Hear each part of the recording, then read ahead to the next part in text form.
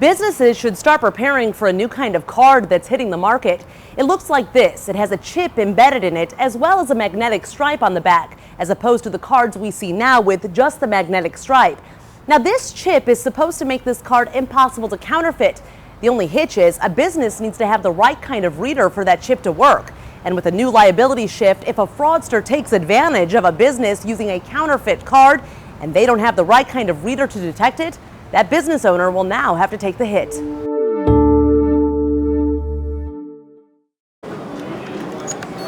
They're called EMV cards, or chip and signature cards. And every time one is used for payment, the chip creates a unique transaction code that cannot be reused.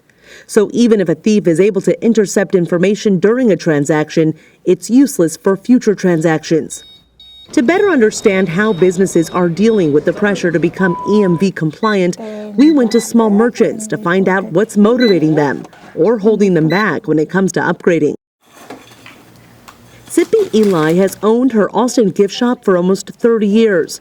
While she knows she needs to update her payment terminal to keep up with the times, the shift in fraud liability hasn't played a role in her decision on whether to invest in the new technology. I don't hear about this. What you mean? After the deadline, if it's fraud? Though information has been out there warning merchants they will soon be liable for fraudulent charges if they're not EMV compliant, we found many small business owners are, like Eli, unaware of the shift. What they have heard is the promise of lower swipe fees if they change their systems to accept chip cards.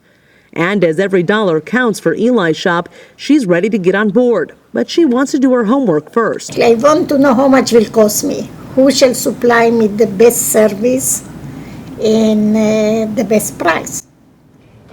Alejandra Junco, owner of B Camp Acupuncture in Austin, has already made her investment in an EMV card reader in hopes of saving money in the long run. With only one payment terminal, she says the installation was as easy as getting Wi-Fi. A bank representative came to her office, and in a few minutes, she was chip ready. Junco decided to lease the reader instead of purchasing it outright. Between the lease and service fees, she's paying about $30 more per month than she was before. But with her eye on a lower transaction fee every time a customer pays with a chip card, she's telling her staff, if they have a chip, please insert it instead of swiping it because it's better for us. But not all business owners are as plugged in as Junco, who belongs to the Austin Hispanic Chamber of Commerce, an organization that has worked to educate its members about the chip technology. In an April 2015 survey by Intuit, 48% of small businesses were not aware of the requirement to switch to EMV solutions, and only 42% were committed to the migration. Now, some business owners might be waiting to upgrade because of the cost, which can be high depending on how integrated or complex their systems are. But experts recommend that each business owner look at their own vulnerability. For instance, a business that sells high-end goods like electronics that can be resold easily on the black market is much more vulnerable to counterfeiters than a laundromat or a coffee shop. Precision camera and video is exactly the kind of business that thieves target, and they've dealt with fraud in the past. Already outfitted with the chip card readers, they're not taking any chances of having to pay for those fraudulent transactions.